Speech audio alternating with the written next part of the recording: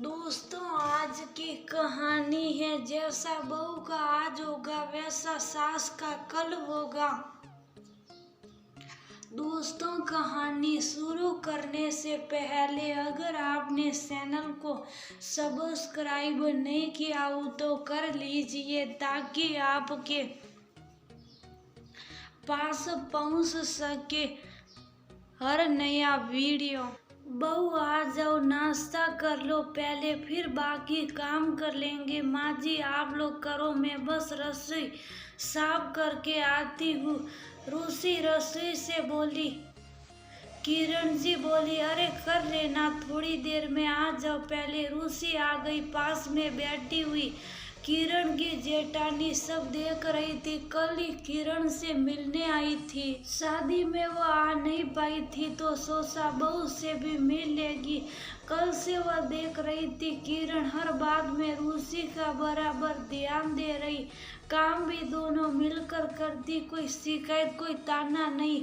Rupesh office जाने के लिए निकल रहा था। किरण बोली, जाओ देख लो कमरे में कुछ जरूरत तो नहीं है। रूपेश को रूसी शर्माते हुए चली गई।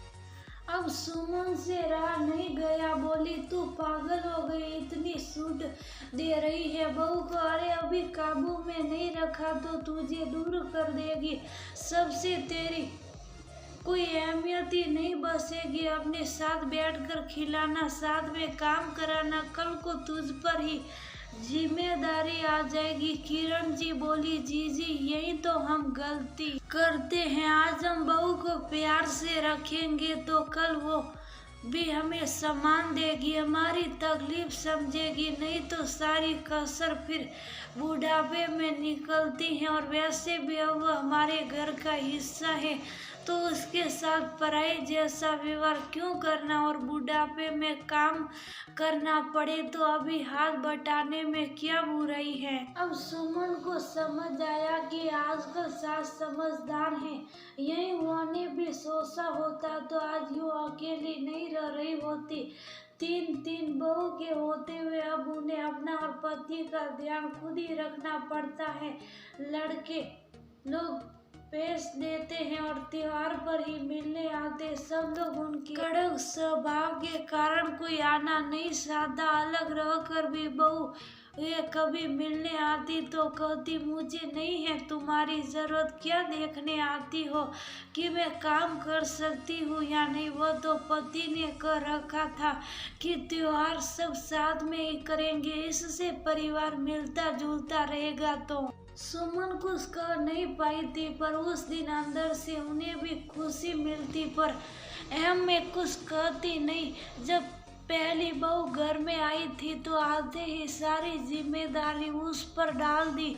आरती को पूरा दिन हो जाता घर के काम में, उसके बावजूद सब लोग खाना खा ले, उसके बाद खाना खाओ, बसा तो ठीक, नहीं तो आधा पेट खाकर रहो। कभी पति के साथ कहीं घूमने जाने की बात हो तो घर में हड़कंप मच जाता। दूसरे बेटे की शादी, बात जिम्मेदारी दो लोगों में बंट गई, पर सुमन के स्वभाव में कोई फर्क नहीं आया, बल्कि रुझाव और बढ़ गया। दोनों बहुएं आपस में दुख बांट लेती। तीसरे बेटे की पत्नी आभा अपने हक के लिए लड़ने वाली थी। उसने आते ही घर के नियम के खिलाफ आवाज उठाई कि सब साथ में ही खाना खाएंगे और हम अपने पति के साथ घूमने भी जाएंगे। सुमन तना सहन कर पाई, वो ने आभा को घर से निकाल दिया। अलग होकर आभा सुख से रहने लगी। ये देखकर दोनों बहुओं को लगा, हम क्यों दब कर रहे, वो भी अलग रहने लगी। अब सुमन को खुद ही सब काम करना पड़ता, पर बहू को आज़ादी देना उन्हें झुकना लगता।